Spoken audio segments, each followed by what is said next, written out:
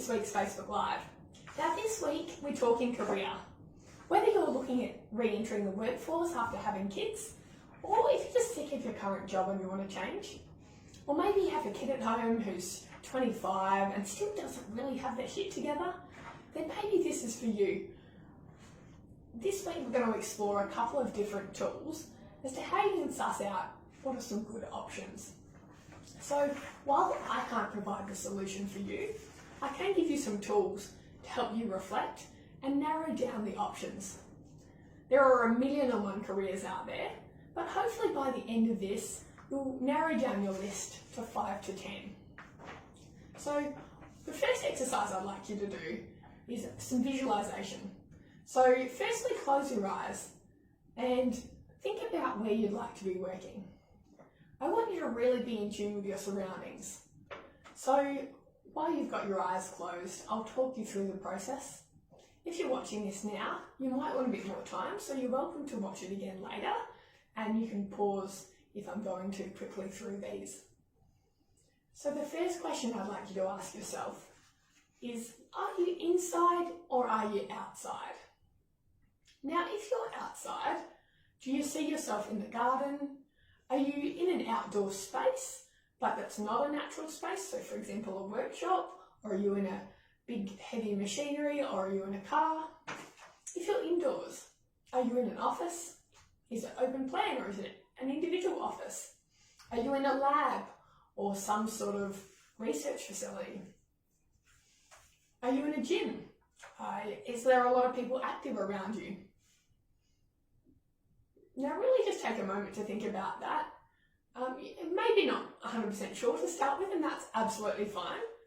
But if you have a couple of different options, also feel free to write those down. You don't have to have just one visualization. So the next thing I'd like you to suss out is, are there people around you? Are you by yourself? If there are people around you, how are you working with them? Are you working alongside them? Are you in charge? Are you following orders? Or are you by yourself and are you enjoying the peace and quiet?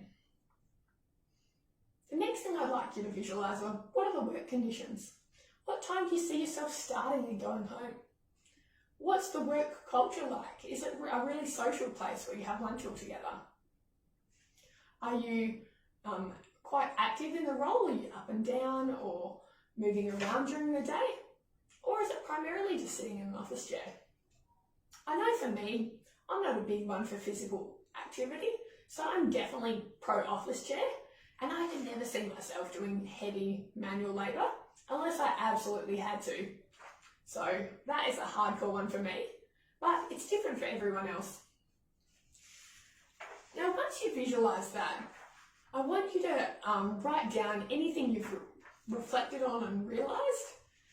And I would encourage you to kind of keep some notes as we go through these, because it will allow you to reflect on them later or bring them up later in case you forget. Or it might be that you're not ready for the change now, but in a year's time you decide to change, and then you can bring them up and have a look at your thoughts. The next exercise I'd like you to do is called a personality test. Now, a personality test is an opportunity to find out what careers might be suited to your personality. And one that I would recommend is the Myers-Briggs personality test. You can find this online, and there will be a link in the description of this video, so feel free to check that out. The Myers-Briggs essentially divides everyone up into 16 groups. Now in those groups, it's a combination of 4 traits. Are you an introvert or extrovert? Are you a sensor or intuitor? Are you a thinker or judger? Sorry, a thinker or feeler? Or are you a judger and perceiver? From all of those, it will give you a personality type, which is a combination of 4 letters. Now, I know for one, I'm an entertainer, and what that's helped me figure out in my career is that I really don't like working alone. I like working with other people, and I also like to be in charge often. So they're important qualities to look for in a role. There's something that would suit that. Now, doing that test, sometimes it will generate a couple of jobs that might be suitable for your personality type. if you don't feel like the type's accurate, you can always sit it again to see if you get a better result. But at the end of the day, it's just a tool to guide you. So give that a go and then add that to your list. And research your personality type a little bit more as well to suss out, what do people with your personality type normally like? What do they dislike? What should you avoid? After you've done personality testing, that brings us to exercise number 3. So exercise number 3 is a career assessment brainstorm. For this exercise, you might like to get a sheet of paper. The bigger the better. If you have butcher's paper at home or a big A3 sheet, get those out and divide your page into 4. Now, one corner I'd like you to write values. On the second corner, I'd like you to write interests. On the bottom square, I'd like you to write skills. And in the last square, I'd like you to write personality. I want you to brainstorm everything you can think of to do with yourself into these boxes. To give you some ideas, for values, think about what's important to me. Is achievement important? Is status important? Is autonomy important? Also, what kind of jobs wouldn't align with my values?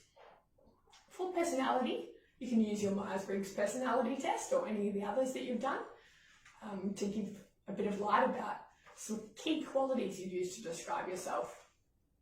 This can sometimes be difficult to do. So if you're having trouble, you can also ask people around you, like, how would you describe me in 5 words? Now, where it comes to the skills section, write down everything you think you're really good at. It can be things that you're naturally born with, like perhaps you have an awesome attention to detail. Like in a page of size 8 print, you could find every single typo and every single full stop missing in less than a minute. Amazing. So write down attention to detail or any other skills that you might have. Are you good at writing? Are you good at lifting? Are you really good at working with people? Are you good at dealing with people who are really aggressive or agitated or really upset? You can make those qualities as general or specific as you like. And then in the intersection, this should probably be the easiest one to fill out. Fill out what you do in your spare time, or maybe you don't have a lot of spare time, so what would you do if you had more spare time? Now, I give you a little while just to prepare your sheet and get set up for that exercise. But what I will do for the purpose of this video is keep on talking, and I would encourage you just to watch this back and pause it if you'd like to give yourself some time to do these exercises. Once you've done those, there are a couple of other exercises you can do online. One is explore your personality. You can do that through the Red Bull website. The other one you can do is to find some potential careers based on your interest. That's available through the joboutlook.gov.au site. And what that can do is generate a list of some professions that you might be good at or that really match your interests or personality or values or skills. Now, from all of those exercises, I presume now you've got quite a lot of information about yourself, and ideally you've come up with some professions that might be suitable for you. And from those professions, I'd like you to narrow it down to 5 to 10. If you haven't found professions yet, that's also okay. You can reverse engineer and Google your skills and see what professions would be in line with those skills, or Google your values or your interests. And then make your list of 5 to 10 professions.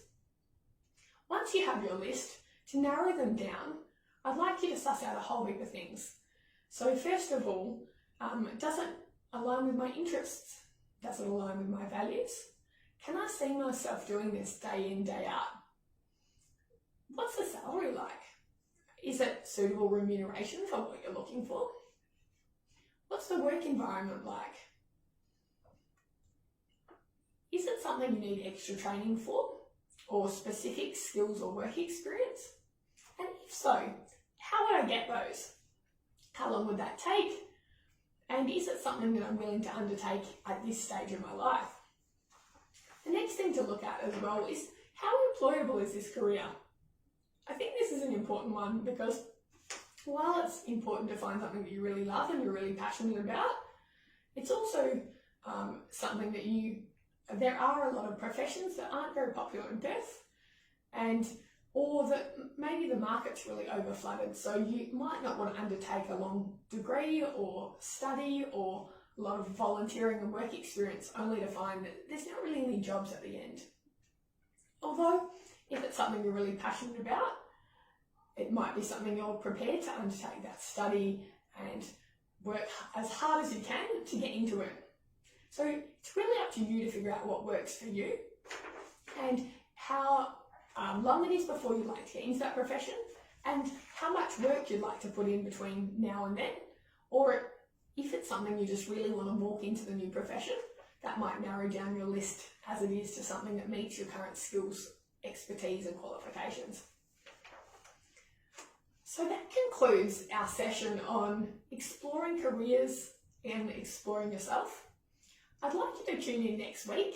Next week we're going to go through some more job skills and we'll be looking at setting goals. So this is looking at the how to get me from where I am now to where I want to be. Thanks so much for tuning in and I look forward to seeing you all next week.